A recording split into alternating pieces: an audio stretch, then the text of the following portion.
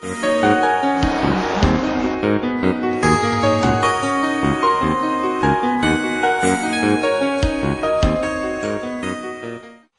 کے لیکچر کا موضوع بظاہر بڑا خطرناک ہے. لوگ عام طور پر نیوکلیئر فزکس سے یہ مطلب لیتے ہیں کہ یہ بم بنانے کی سائنس ہے، اور یہ ایک حقیقت ہے کہ آج سے تقریباً 60 سال پہلے ہیروشیما اور ناگاساکی کے اوپر جب بم گرائے گئے تھے تو اس کے نتیجے میں تقریباً 2 لاکھ لوگ لقمہ اجل بن گئے تھے. لیکن نیوکلیئر فزکس کا مقصد ہرگز یہ نہیں کہ بم بنائے جائیں. اس کی بہت سی ایپلیکیشنز ہیں. ہمیں اس وقت ایپلیکیشن سے غرض نہیں، ہم یہ جاننا چاہتے ہیں کہ ایٹم کے مرکز کے اندر کیا ہے اور اس میں کون سے قدرت کے قوانین کار فرما ہیں.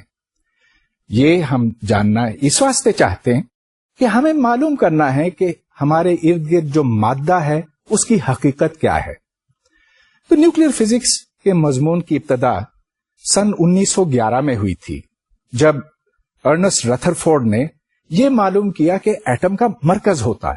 اب اس سے پہلے، اور اس کی بات ہم پہلے بھی کر چکے ہیں، یہ تصور تھا کہ ایٹم میں پازیٹیو اور نیگیٹو چارجز دونوں ہیں. نیگیٹو چارجز تو الیکٹرانز ہیں، اور اس کا ہمیں یوں پتا ہے کہ جب ہم کسی چیز کو یوں رگڑتے ہیں تو اس کے اوپر چارج آ جاتا، تو الیکٹرانز ہیں.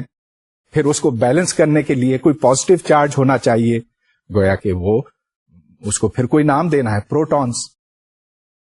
اب اس وقت یہ پتا نہیں تھا کہ کیا یہ نیگیٹو اور پازیٹیو چارجز آپس میں یوں ملے ہوئے ہیں، کہ کیا یہ ایک پلم پڈنگ ماڈل ہے یا کچھ اور. یاد رہے کہ رتھرفورڈ سے پہلے یہ خیال تھا کہ یہ ایک پڈنگ کی طرح ہے، کہ اس میں نیگیٹو اور پازیٹیو چارجز برابر ہر طرف پھیلے ہوئے. لیکن پھر رتھرفورڈ نے اس ایٹم کے اوپر جب الفا پارٹیکلز یوں برسائے تو معلوم یہ ہوا کہ کچھ الفا پارٹیکلز جو بہت بھاری اور چھوٹے ذرے ہیں، بجائے اس کے کہ وہ سیدھے چلتے چلے جائیں، وہ ٹکرا کر واپس آ جاتے تھے. اور اس سے یہ بات ثابت ہوئی کہ ایٹم کا ایک مرکز ہے اور الیکٹرانز اس سے دور ہیں. اب جو جدید تصور ہمارے سامنے اس کے نتیجے میں آیا وہ یہ ہے کہ ایک گٹھلی ہے، اور اس کو ہم نیوکلیس یا مرکز کہتے ہیں، اور اس سے بہت دور الیکٹرانز اس کے گرد گردش کرتے ہیں. اب اگر اس ایٹم کی ہم ایک تصویر لیں تو کچھ یوں دکھائی دیتا.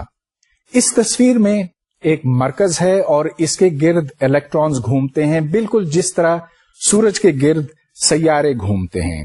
اب کوانٹم میکینکس کے بقول ایسا نہیں ہے، یعنی کہ بالکل ایسا نہیں ہے، لیکن حقیقت اس کے بہت قریب ہے. دراصل الیکٹرانز ایک دھوئیں کی طرح ہے جو اس کے گرد مرکوز ہے، اور اگر آپ اس نیوکلیس کے اندر جا کر دیکھیں تو اس میں آپ کو مزید ذرات دکھائی دیں گے، گویا کہ نیوٹرونز اور پروٹونز. نیوٹرونز اور پروٹونز خود ایلیمنٹری پارٹیکلز نہیں ہیں، یہ بھی دوسرے پارٹیکلز پر مشتمل ہیں، لیکن اس کی بات پھر میں بعد میں کروں گا.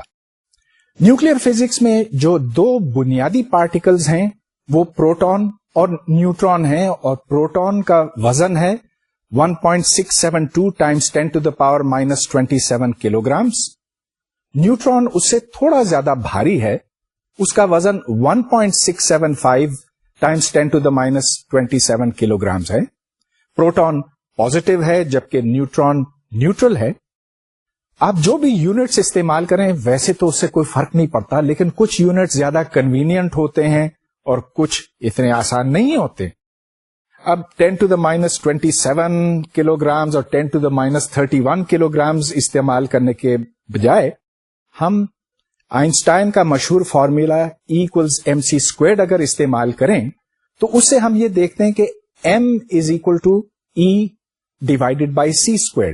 گویا کہ ہم ماس کی پیمائش انرجی پر c² کے یونٹس میں کر سکتے ہیں.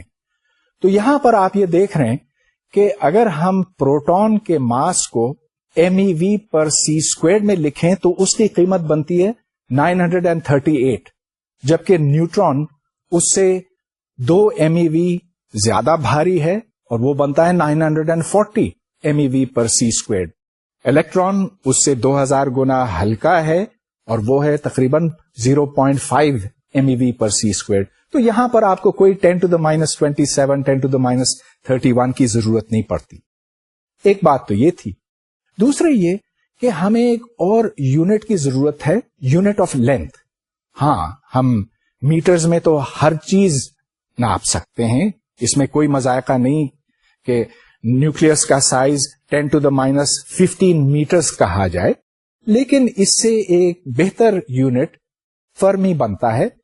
1 fermi is equal to 10⁻13 centimeters. اب نیوکلیائی طرح طرح کے ہوتے ہیں, کچھ بڑے کچھ چھوٹے, اور ان میں 2 اہم باتیں ہیں جو ہر نیوکلیس کی پہچان ہے. ایک یہ کہ اس میں پروٹونز کی تعداد کتنی ہے, اور اس کو Z کا نام دیا گیا ہے. Z stands for number of protons. اور دوسرے یہ کہ اس میں نیوٹرونز پلس پروٹونز کی تعداد کتنی ہے, اور اس کو ایٹامک نمبر کہتے ہیں, A which is equal to N plus Z. لہذا جب بھی کوئی نیوکلیس اسپیسیفائی کیا جاتا تو آپ اس کا Z اور اس کا A بتاتے ہیں.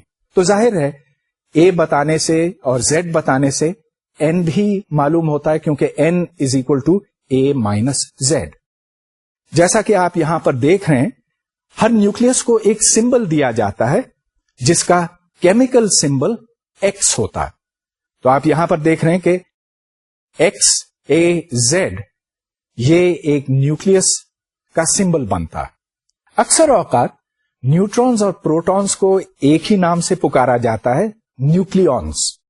اب نیوکلیون کے معنی بنتے ہیں آئدر نیوٹرون اور پروٹون, اور اصل میں یہ لفظ مناسب اس واسطے ہے کہ ان دونوں میں کوئی اتنا خاص فرق بھی نہیں. ہاں, چارجز ان کے مختلف ہیں, پروٹون پازیٹو ہے, نیوٹرون نیوٹرل ہے, لیکن وزن کے لحاظ سے ایک 938 ہے, دوسرا 940 ہے, کوئی اتنا زیادہ فرق نہیں. دوسرے یہ کہ یہ دونوں گھومتے ہیں, اور یہ جس طرح سے اور جو ان کا اینگولر مومنٹم ہے وہ بھی برابر ہے, ½ h بار. لہذا ان دونوں کے لیے ایک کامن نام استعمال کیا جاتا ہے. اب اصل میں بات یہاں پر رکتی نہیں ہے, لیکن میں اس بات کو اب یہاں ختم کرتا ہوں, کیونکہ اس کو ہم مزید ایک اور کانسیپٹ کے لیے بھی استعمال کرتے ہیں جس کو آئسوسپن کہتے ہیں, لیکن جیسا کہ میں نے کہا اس کی بات میں ابھی نہیں کروں گا. تو چلیے ہم یہ دیکھتے ہیں کہ مختلف نیوکلیائی کس طرح سے پہچانے جاتے ہیں. ہائیڈروجن کی 3 قسمیں ہیں.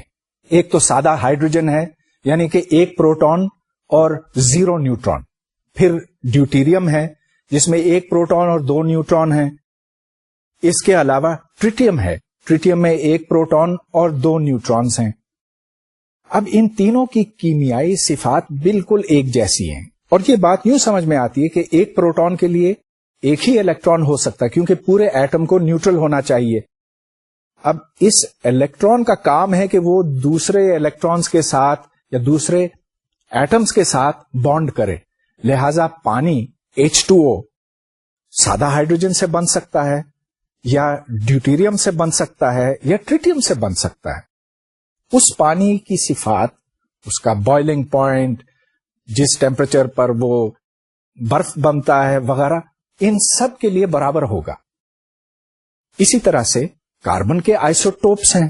تو میں نے جو لفظ یہاں پر استعمال کیا آئسوٹوپ, اس کا مطلب یہ کہ نمبر آف پروٹونز فکسڈ ہے, لیکن نمبر آف نیوٹرونز مختلف ایلیمنٹس میں مختلف ہو سکتا. لہذا یہاں 3 آئسوٹوپس کی میں نے بات کی ہے, ہائیڈروجن, ڈیوٹیریم اور ٹریٹیم. اسی طرح سے کاربن ہے. کاربن کی بھی کئی قسمیں ہیں یا کئی آئسوٹوپس ہیں. کاربن 12 تو سب سے زیادہ عام ہے, اس کے بعد کاربن 13, پھر کاربن 14. ان سب میں 6 پروٹون ہیں, لیکن 6 نیوٹرون ہیں کاربن 12 میں, 7 نیوٹرون ہیں کاربن 13 میں, 8 نیوٹرون ہیں کاربن 14 میں. اس کے علاوہ آپ یہ سمجھ لیں کہ تقریباً ہر عنصر کا, ہر ایلیمنٹ کا ایک